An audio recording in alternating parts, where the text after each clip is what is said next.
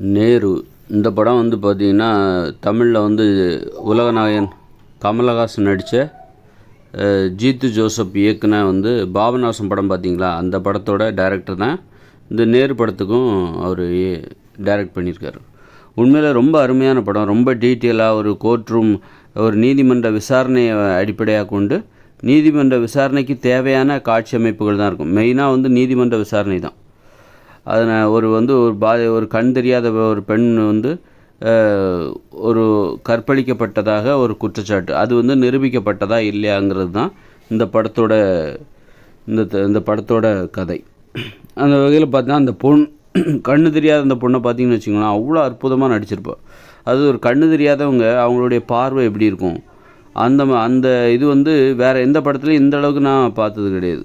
ஒரு மென்மையான ஒரு கண்ணு தெரியாதவங்க எப்படி பார்ப்பாங்க அப்படிங்கிற அந்த நடிப்பெல்லாம் பார்த்திங்கன்னா அற்புதமாக இருக்கும். அதே மாதிரி இந்த மோகன்லாலோட நடிப்பு பார்த்திங்கன்னா ரொம்ப அற்புதமாக, ரொம்ப இயல்பாக, தத்ரூபமாக இருக்கும், ரொம்ப சிறப்பாக இருக்கும். அதுபோல் இந்த படத்தில் வந்து நீதிபதி அவரோட ஆக்டிங் ரொம்ப அருமையாக இருக்கும்.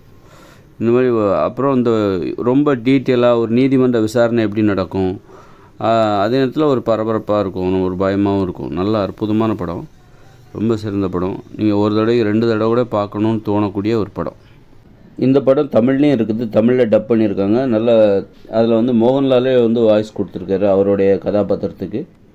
ரொம்ப அருமையான டப்பிங், ரொம்ப சிறந்த படம். நல்லா பாருங்கள், உண்மையிலே சிறந்த படம் இது.